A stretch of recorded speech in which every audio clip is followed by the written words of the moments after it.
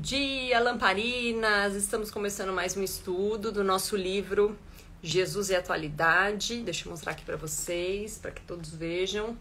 Psicografia aqui da Joana de Ângeles, através do Divaldo Franco.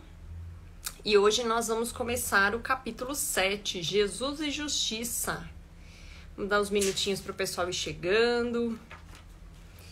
Aqueles que estão já nos acompanhando.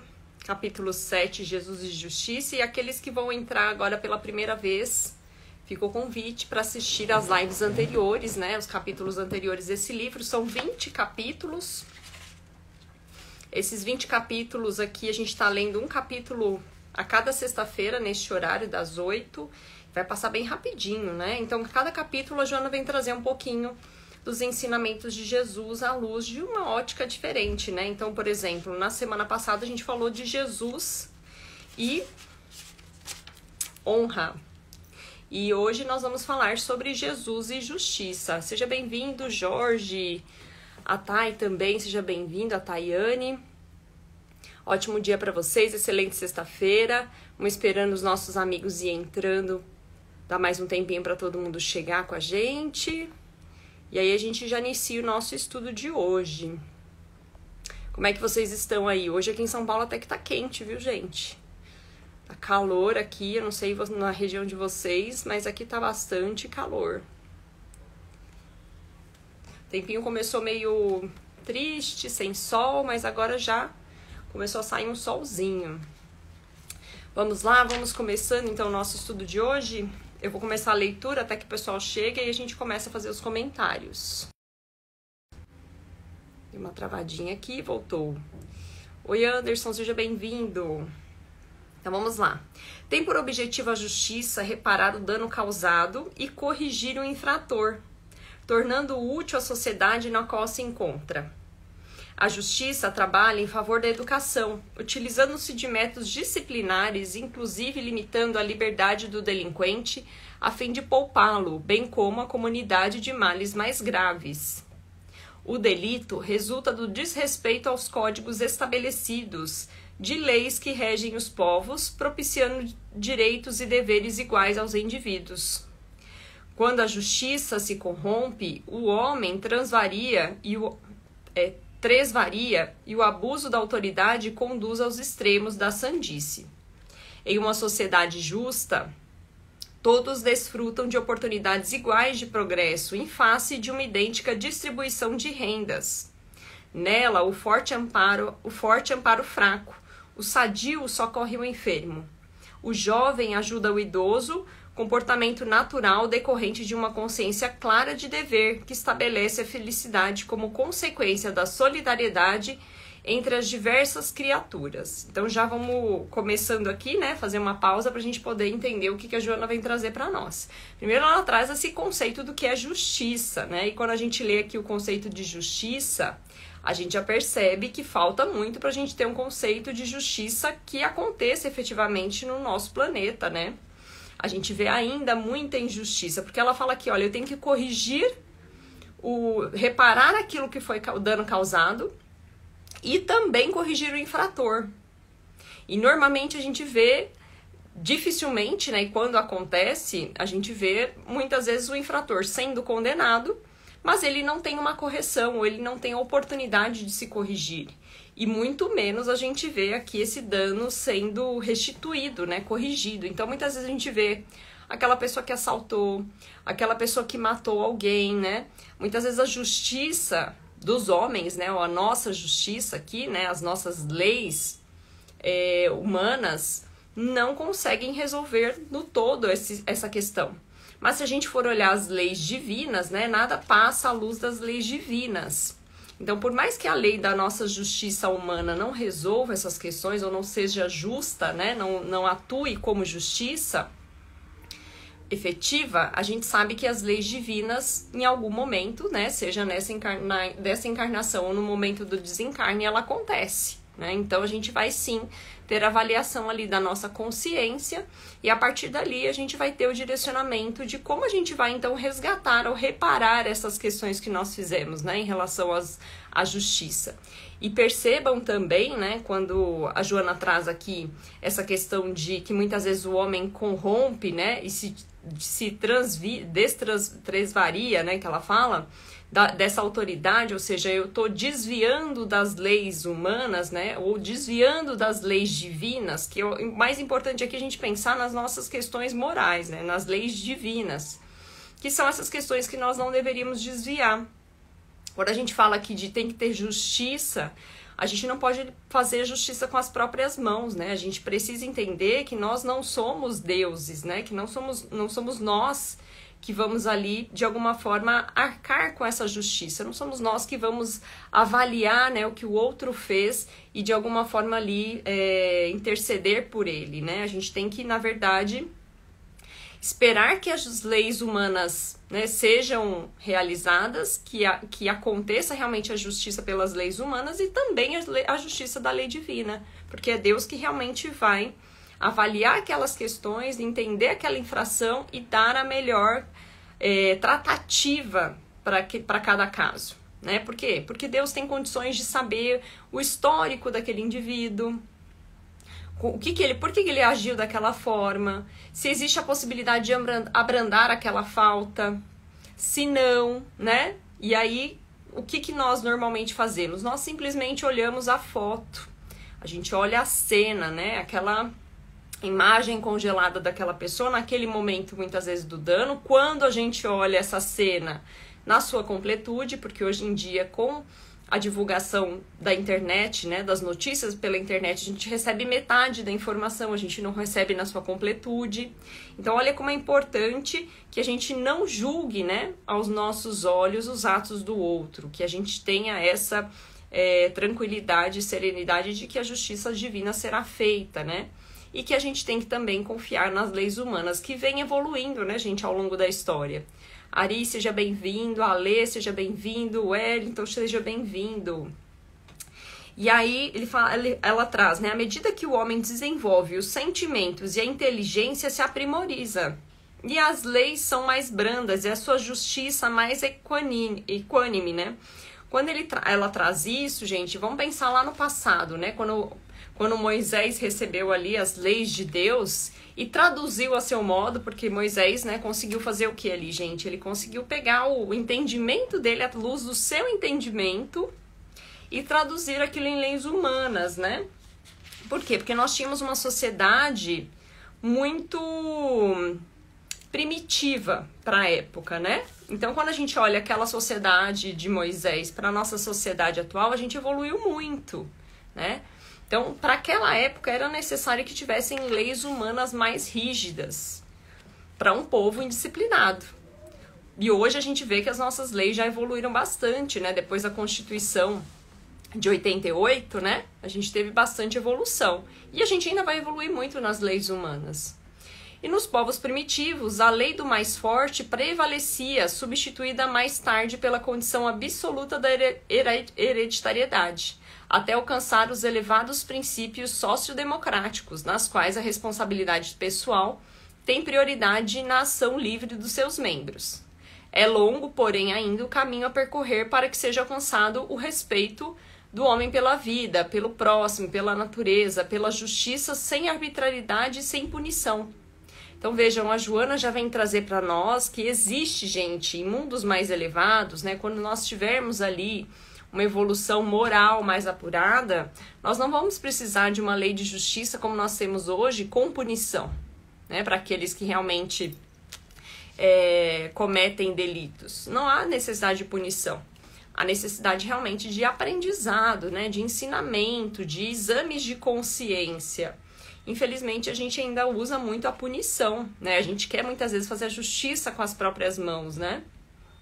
E é interessante ela trazer aqui, né, que lá na antiguidade, antes mesmo aqui das leis mosaicas, gente, nos povos primitivos, qual que era a lei que existia? Não existia uma lei de sociedade como a gente tem hoje, né? Existia a lei do mais forte, ou seja, quem era mais forte era aquele que prevalecia através da violência. Então a gente foi evoluindo. Ainda existe violência? Ainda existe violência na nossa sociedade, mas nós evoluímos muito, né? Como o Jorge está trazendo aqui, ó, tire a primeira pedra quem estiver sem pecado. Exatamente, é isso. Elias, seja bem-vindo. Rubenilson, seja bem-vindo. Jesus fez-se paladino da justiça equânime.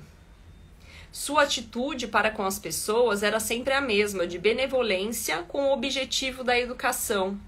Quando a gente tiver, gente, uma sociedade que tem como objetivo a educação em todas as suas frentes, né, não só aqui em relação à justiça, mas em todas elas, a gente vai ter uma sociedade bem diferente do que nós temos hoje. E aí ela traz, né, a história de Jesus e como ele praticava essa justiça, né? Então a Nicodemos, que era doutor da alta câmara do Sinédrio, concedeu uma entrevista nada diferente daquele que facultou a Zaqueu, o cobrador de impostos. E lembrem-se, né, gente, quando Jesus recebe Zaqueu, que era o cobrador de impostos, ele foi inclusive recriminado pelos apóstolos. Porque os apóstolos falam, mas você vai receber o cobrador de impostos, né? Ele trabalha para aqueles imperadores da época, né, para receber todos os recursos, tirar daqueles que são mais pobres, e você vai receber ele na sua casa. Jesus tratava todos da mesma forma, né? De forma igualitária. Ou a convivência do Lázaro e suas irmãs em Betânia, ou ao ladrão na cruz que lhe buscara o apoio. Então vejam, gente, quando a gente fala aqui de Jesus tratando inclusive aquele que colocou ele na cruz, inclusive tratando igualmente aquele que enfiou a lança no momento que ele estava sendo crucificado, aí a gente percebe o quanto ele conseguia, né, manter essa equidade entre as pessoas. Tati, seja bem-vinda, bom dia.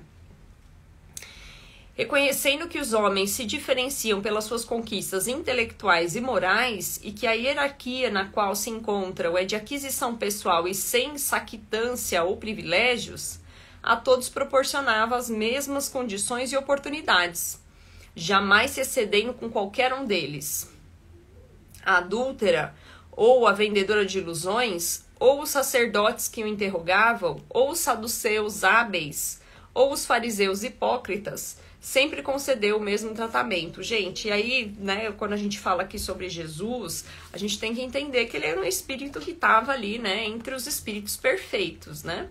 Nós ainda não conseguimos tratar as pessoas, e aí a gente tem que ter essa ciência que nós somos assim, que nós não conseguimos ainda tratar todos aqueles que cruzam o caminho da mesma forma, de forma igualitária.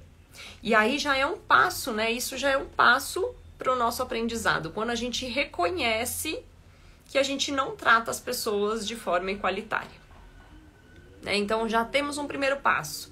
A partir daí eu começo a avaliar a minha conduta, avaliar a minha posição em relação a todos que cruzam o meu caminho. Quem aqui nunca, né, tratou alguém diferente ao receber em casa?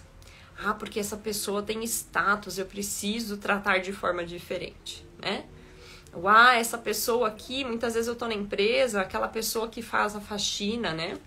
Aquela moça que entrega ali o cafezinho, quem ali muitas vezes deixa passar despercebido, não dá um bom dia, não pergunta o nome, não quer saber quem é, né? Então, é isso, somos nós aqui, humanos, né? Que muitas vezes deixamos passar a oportunidade de conhecer alguém diferente e tratar da mesma forma, né? Tratarmos o outro semelhante como igual. Quando inventou os que tentavam envolvê-lo em ciladas sofistas, prometedoras, usou de energia sem esquecer da compaixão, por sabê-los enfermos da alma, da qual procedem todos os fenômenos do comportamento. Num período de arbitrariedades, foi magnânimo de abuso do poder. Falou sobre a renúncia à arrogância e fez-se humilde de exploração, ensinou a generosidade e viveu-a. Ou seja, Jesus era o nosso maior exemplo, né? Quando a Joana fala aqui dessas ciladas que ele passou ao longo da sua trajetória, daqueles 33 anos que ele teve aqui, né, como encarnado, a gente precisa lembrar, né, gente, que Jesus teve ali altos e baixos e pessoas perseguindo ele o tempo todo. E ainda assim, com essas pessoas que o perseguiam, que o afrontavam, que tentavam testar ele ali na sua conduta, né, principalmente na sua conduta moral, ele não vacilava, né? Ele permanecia ali firme na sua humildade, no seu propósito. Por quê, gente? Porque ele já era um espírito diferenciado, né? Que veio aqui através do exemplo nos ensinar. E permanece esses ensinamentos até hoje. Então, por isso que a Joana vem resgatar isso para nós. E quando Pilatos queria lavar as mãos culpadas pela pusilanimidade do caráter, lhe disse que tinha poder e autoridade sobre ele, redarguiu-lhe que estes lhe haviam sido concedido, desde que, por sua vez, ele também se encontra sobre uma condução maior, porque o verdadeiro poder é a excelente justiça que vem de Deus. Então vejam, gente, quando Joana traz aqui, né, essa questão de ser sido confrontado ali por Pilatos, né, de lavar as mãos, enfim, dessa autoridade que Jesus tinha, ele vem lembrar, né, que ele era enviado, ele era o Filho de Deus, né, que o reino dele não era deste mundo. Lembram dessa passagem, né, quando ele diz, o meu reino não é deste mundo. Por quê, gente? Porque Jesus está num outro patamar de evolução. Quando ele diz, meu reino não é deste mundo, é porque eu estou num mundo já diferente. Eu não pertenço mais a esse planeta aqui de provas e expiações. Eu vim aqui para ensinar. Então, meu reinado não é aqui. Porque o reinado de quem está aqui, gente, na Terra, vamos pensar nisso, né? De quem é o reinado de quem está aqui na Terra? Vamos avaliar as pessoas que tiveram poderes aqui, né? E aí a gente fala aqui de reinado, gente, não só dos grandes reis, né? Que a gente conhece, que tem realmente um reinado, mas todos que têm poder em mãos. Os políticos, né? Todos aqueles que de alguma forma representam a sociedade. Será que Jesus está no mesmo patamar do que esses reis que existem hoje? Não, né? Ele está bem mais lá na frente, bem mais evoluído. Ele não tem as nossas tendências, né? O orgulho e o egoísmo. Não existe orgulho e egoísmo em Jesus. Então, por isso, o reino dele não é deste mundo. Porque ele está no mundo, gente, ele está ali numa condição diferenciada. Ele é o nosso governador do nosso planeta. É ele que muitas vezes, né, através dos seus ensinamentos, que veio aqui dar o exemplo, através desses ensinamentos, nos mostrar aonde nós temos que chegar. Então, daí a justiça de Jesus, né? Daí a justiça de Deus, de colocar ele aqui, né? Para ser o nosso representante, para que a gente possa, através do exemplo, aprender com ele. Emaranhado nos próprios erros e tropeçando nas malhas da incompleta justiça humana, reeduca-te. Então, veja, gente, aí a Joana sempre traz, né? Um pouquinho do conceito do que é a palavra que ela está trazendo no capítulo. Então, nesse caso, hoje é a justiça. Então, ela explica o que é justiça, elucida os exemplos práticos da nossa história. Aí ela entra com uma passagem de Jesus para que a gente veja o exemplo, porque nós temos em todas as nossas ações de conduta, e são essas ações que ela vai trazendo aqui, né, nesse livro. Ela traz o exemplo de Jesus e depois ela vem trazer no finalzinho aqui um recado para todos nós, para que a gente acorde, né?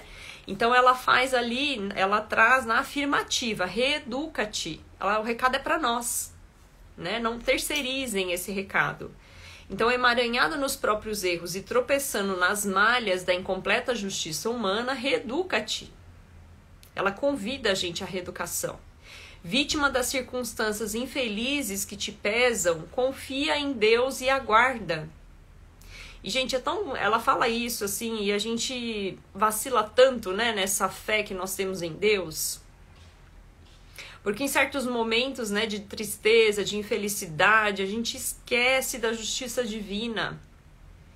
A gente esquece que nós estamos sendo o tempo todo acompanhados.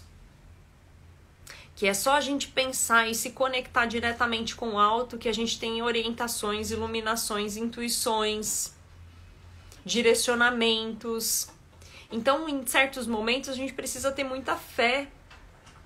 Então é isso, confia e aguarda.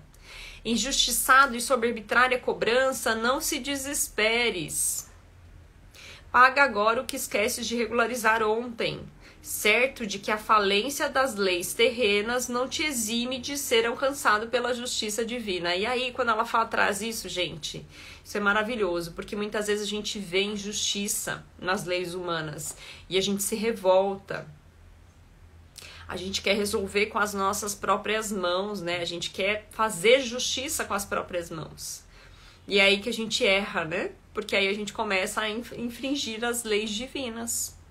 Então, quando a gente confia, quando a gente tem fé verdadeira em Deus, a gente sabe, a gente tem a certeza que por mais que as leis humanas sejam falíveis, a justiça divina não tarda, né? Melhor que esteja sobre reparação de compromissos, dos quais não te recordas, do que gozando de liberdade física, mas carregando a consciência culpada que se esconde na ilusão. Gente, olha que interessante essa frase, eu vou repetir porque é muito importante para a nossa reflexão. Melhor que esteja sob reparação de compromissos, e aí quando a gente está em reparação de compromissos, nas quais a gente não se recorda, que é o que ela traz aqui, é muito complicado, né? Porque a gente tá ali muitas vezes sofrendo com algo que a gente não consegue enxergar o motivo daquilo que está acontecendo, e muitas vezes eu não me recordo porque são coisas de vivências anteriores, de vivências passadas, encarnações passadas. E aí eu olho a cena, eu olho a foto, né? Como eu gosto muito de trazer.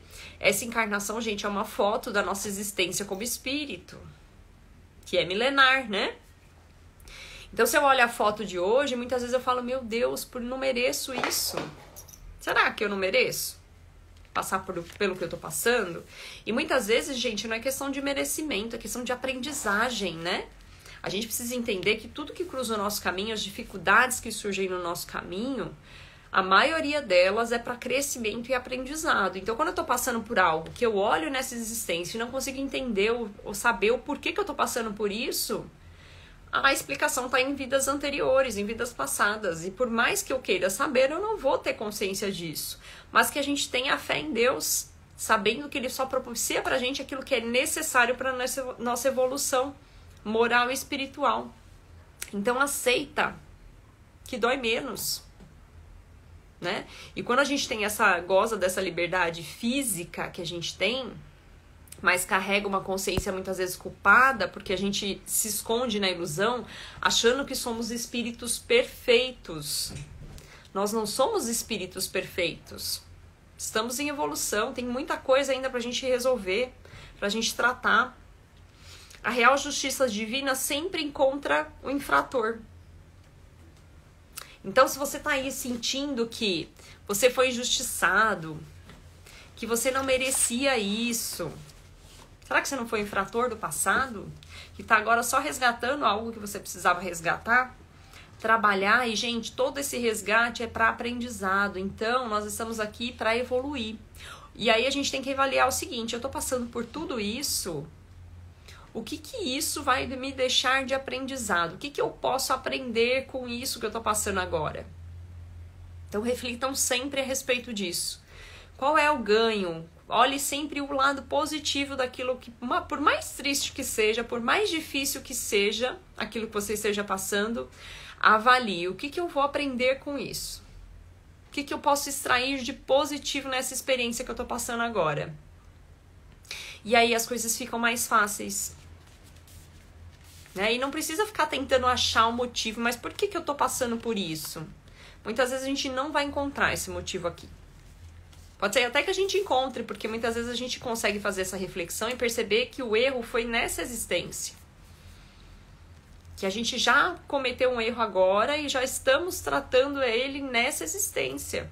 Mas na maioria das vezes são coisas muito pesadas que nós vamos carregando aí nessa bagagem nossa espiritual. Olha aí a Tati trazendo, né? Verdade. Ver como o aprendizado ajuda a superar. E nesses momentos, né, Tati, que a gente tá passando por dificuldade, a gente não consegue enxergar a luz, né? Mas depois que a gente passa, a gente fala, nossa, olha, eu passei por isso, parecia tão difícil, hoje eu olho aquela vivência, aquela experiência, eu me tornei uma pessoa mais forte, hoje eu sou mais segura, hoje eu estou mais independente, né? Então sempre tem algo a acrescentar pra gente. Por mais que seja um momento mais difícil, olha, agora eu aprendi que muitas vezes eu não posso confiar nas pessoas, eu preciso conhecer primeiro, não é? Então sempre tem um aprendizado ali nessa nossa bagagem, né? Nessa encarnação e nas anteriores. E aí ela finaliza, por tua parte, ser justo equânime para com todos, ou seja, vamos ser iguais com todos, o nosso tratamento tem que ser igual para todo mundo, independente do cargo, independente da condição financeira, independente da condição social, independente das vestimentas físicas, né? Porque a gente olha, a gente julga pela aparência. E muitas vezes, quando a gente julga pela aparência, a gente perde a oportunidade de conhecer uma pessoa maravilhosa que está por ali. É um espírito que muitas vezes tem uma bagagem e vai nos ensinar algo diferente, né? Aquela pessoa muitas vezes cruza o nosso caminho e a gente perde a oportunidade de aprender com alguém, gente. Algo novo. Nem que seja a humildade. Porque muitas vezes nessa simplicidade que a gente consegue encontrar pessoas que têm um coração imenso. Tomando como modelo de comportamento sempre Jesus, que nunca se recusava. Será que a gente consegue chegar nesse patamar, gente, de nunca recusar um abraço, uma palavra amiga, um ouvir, né, a história do outro, um bom dia? Gente, olha, eu vou falar pra vocês, viu? Tem momentos que eu fico assim, triste, chateado, quanto a gente tá conectado, né? Muitas vezes até em situações simples do nosso dia a dia, né? Que a gente não consegue olhar no olho do outro. Eu tô no elevador, eu tô olhando pra baixo, eu tô no celular, tô conectado, eu não falo bom dia. Eu não interajo mais, gente, com as pessoas no telefone, né? Eu não ligo pra saber se tá bem. Presencialmente, muitas vezes a gente tá almoçando, tá jantando com um grupo de pessoas e tá todo mundo no celular conectado.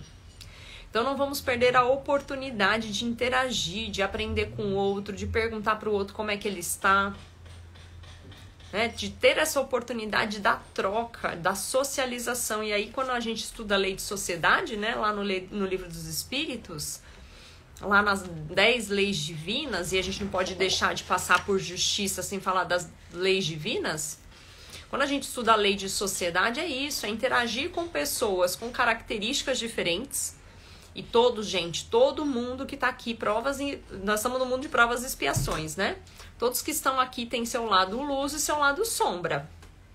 A gente ainda é orgulhoso, egoísta, vaidoso, intransigente. Todos temos defeitos, todos terão. Mas se a gente também não quiser se socializar e não conseguir ter essa relação, essa interação com as pessoas, o que eu vou aprender enquanto eu tô aqui encarnado?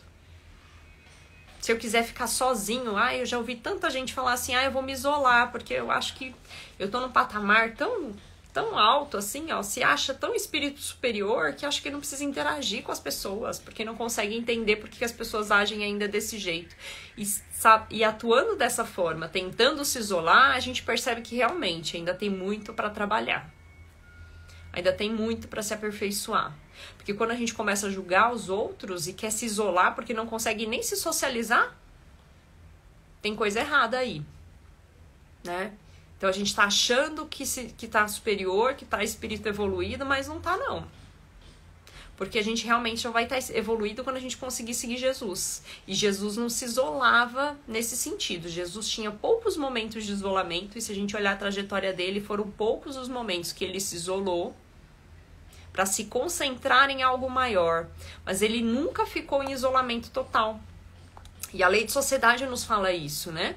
Maravilha, se a gente quiser parar em algum momento, se isolar para fazer uma meditação, ou ir para um templo budista, né? Porque as pessoas querem fazer muito isso hoje, né? Conhecer culturas diferentes, irem em locais, né? Para se sentir centrado, fazer uma meditação, fazer uma oração, gente, um momento de prece. Isso é maravilhoso e a gente precisa ter um momento sozinho, né?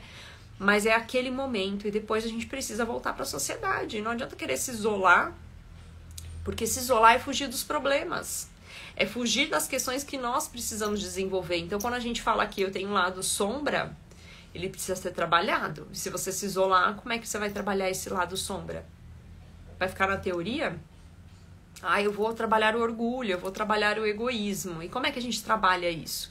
Como é que a gente exerce a paciência, que é a ciência da paz? A gente só exerce a paciência interagindo com o outro, porque a gente tem que respirar fundo quando algumas coisas acontecem. Né? E exercitar a paciência. Exercitar a paciência está ali o tempo todo interagindo com o outro e conseguindo aceitar a forma de pensar do outro. Entendendo que cada um tá num estágio, né? Cada um vai olhar a sua verdade e em determinado momento vai despertar para a verdade do outro, né? Então que a gente faça essa reflexão. Excelente sexta-feira a todos. Até a próxima sexta, 8 horas estaremos aqui. Aproveito para pedir a todos que estão nos acompanhando, compartilhem essa live. Pega esse aviãozinho aqui, compartilhem com os amigos que não puderam participar. Essa live sempre fica gravada, gente. Toda sexta-feira eu subo aqui no Instagram. E na terça-feira eu subo também no YouTube. Então, não deixem de nos acompanhar. E quem perdeu os capítulos anteriores, como a gente está no capítulo 7, ainda dá tempo de assistir os capítulos anteriores. Estão todos no YouTube lá, Luz da Alma. Quem não acompanha a gente também no YouTube, entra no YouTube, já se inscreva no canal para vocês acompanharem aqui os vídeos, tá bom? Beijo grande e até mais.